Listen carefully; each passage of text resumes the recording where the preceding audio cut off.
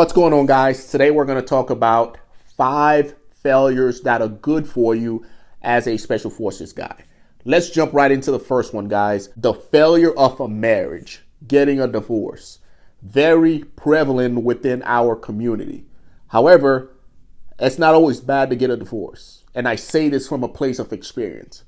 I got married when I was very young, right? I was 20, I want to say I was 21 when I got married, all right? I was big Army, met somebody when I was in my first duty station. By the time I started to mature into the man that I was starting to become, I was just a different person. And rightfully so, she was also a different person, right? We didn't know who we were. When you get married at that young of an age, you don't even know who you are as a person.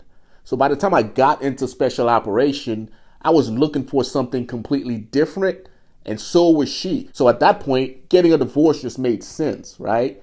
I'm not a big fan of just being miserable just to be miserable, right? If things aren't working out, then we got to go our different ways, right? So that was an instant where getting a divorce was a good thing, because throughout those years, I learned, what I like, what I didn't like. I learned who I was as a man and what I was able to deal with, right? And that just helped me built this person that I was looking for. And when I found her later on in life, everything worked out. So if you've gone through a divorce, it's definitely a failure that you can learn from. All right. With all that said, guys, I'm going to go get a workout in. All right. I like going on these little small adventures with you guys and show you guys what I'm doing throughout my entire day. So we're going to go crush a workout. All right. Followed by some other activities. And then I'm going to give you guys these other failures as we go.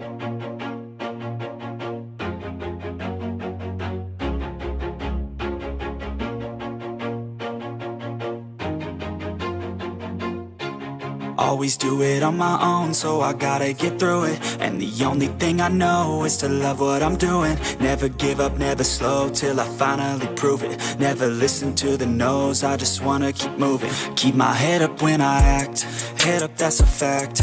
Never looking back, I'ma keep myself on track. Keep my head up, staying strong, always moving on. Feel I don't belong, tell my thoughts to move along. Push myself to be the best, die with no regrets. Live with every breath, see my message start to spread. And I had so many dreams, then you hit your teens. Life ain't really what it seems, try to find out what it means. Always do it on my own, so I gotta get through it. And the only thing I know is to love what I'm doing. Never give up, never slow, till I finally prove it. Never listen to the no's, I just wanna keep moving. Yeah, I put out all this art, it's my only medicine. Yeah, everything I do, I'm just being genuine. Yeah, I'm sick of being screwed, feel my own adrenaline. So we just got back from the gym. All right, we're getting ready to go to the apartments to do some work over there. All right, and I wanted to talk to you guys about the second failure that I think helps Special Forces guys out a lot, right? And that's going to be failing an actual PT test, all right? So I remember the first time I failed, guys, it was 2003, all right? I joined the Army, and at this point, I'm taking my first PT test and basic training, right? I think we had to run like a mile and a half. I think the time standard was like 10 minutes, and I ended up running that mile and a half, and shit, I want to say it was like 11 minutes or some shit, right? I had never ran, that fast in my life. I remember getting to the finish line, I was throwing up, all sorts of shit, right?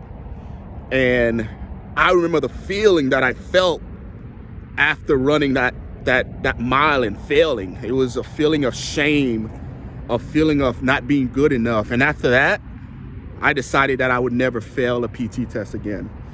Now, I'm not telling you to go out and fail your PT test on purpose to know what that feels like. I'm just telling you that after failing, I never witnessed that again. And I did everything in my power to make sure that was the case. So if one of you out there is going through failure, right, use that as a fuel to get better, to make sure that never happens to you again. All right, guys, we're going to go out to the Airbnb, get this thing staged. I'll give you guys the next failure there. All right, we'll see you guys later.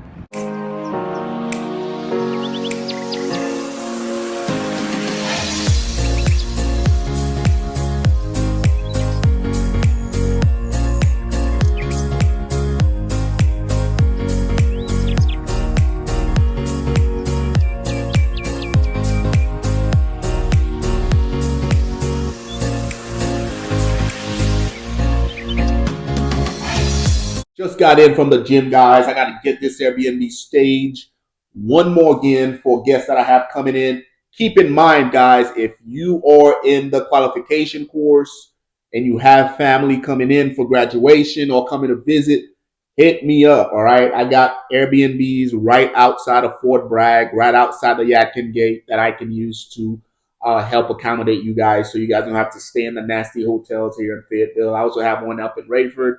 I'll be more than happy to give you guys a good deal on those. All right. With all that said, guys, another failure that I think is good for special forces soldier is getting a bad NCOER. So NCOER stands for non-commissioned officer rating. It is our annual report card, essentially, right? That lets you know how you are doing as a soldier, as a special forces guy. I've been on the receiving end of a bad NCOER before, and I can tell you guys, all it did was motivate me to get better. I wasn't meeting the standard like that leader expected me to, and that was his way of letting me know, hey, you need to get your ass in the gear and get to work. And I did just that, all right?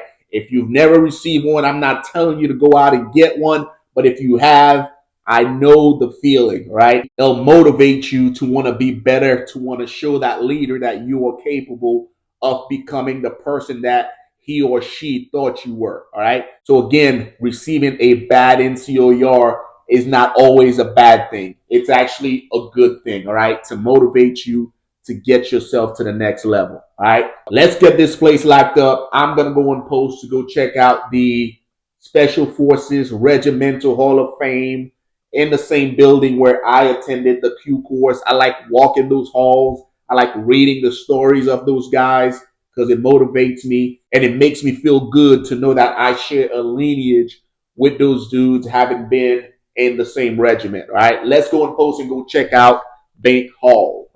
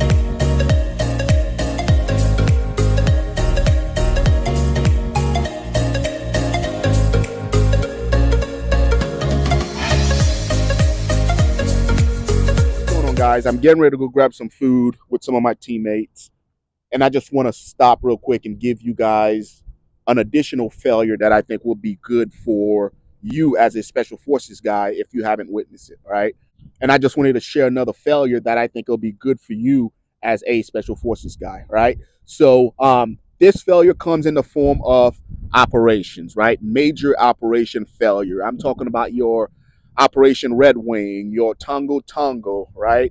And others similar to that. Now, if you haven't witnessed it, I wouldn't put that on anybody, and hopefully your career goes smooth and you never have to witness anything like that. However, if you have, then I'm sure you can attest to this. There's a lot that could be learned. Now, after every operation, we do what's called a after action review.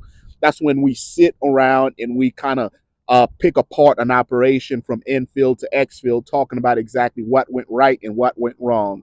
Right? There's a lot of things. There's a lot of standard operating procedures, SOPs, TTPs that's been developed from failed operation. All right. That's where we find out, hey, this worked, this didn't work. Let's do this like this from here on out. Like throughout our entire, existence as a military, those type of actions have taken place. So yes, guys, that's another failure that you as a special forces guy can definitely learn from. All right, we're going to go grab something to eat.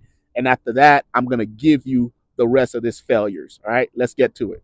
Just got back in from, hanging out with the boys, grabbing something to eat. Now let's close this video out, right? Failure number 5 that I think you can learn from as a special forces guy is having your gun negligently go off while you are training or while you're around your buddies, right? Again, all these failures, guys, I'm speaking from a position of experience, right? Although it's a horrible failure, one that I wouldn't wish on anybody, anyone that's ever had one knows that there's a lot that you can learn from it. I can tell you right now, no one is more paranoid, no one is more safe than me when it comes to the gun right now, because I had the unfortunate event of having it go off, right?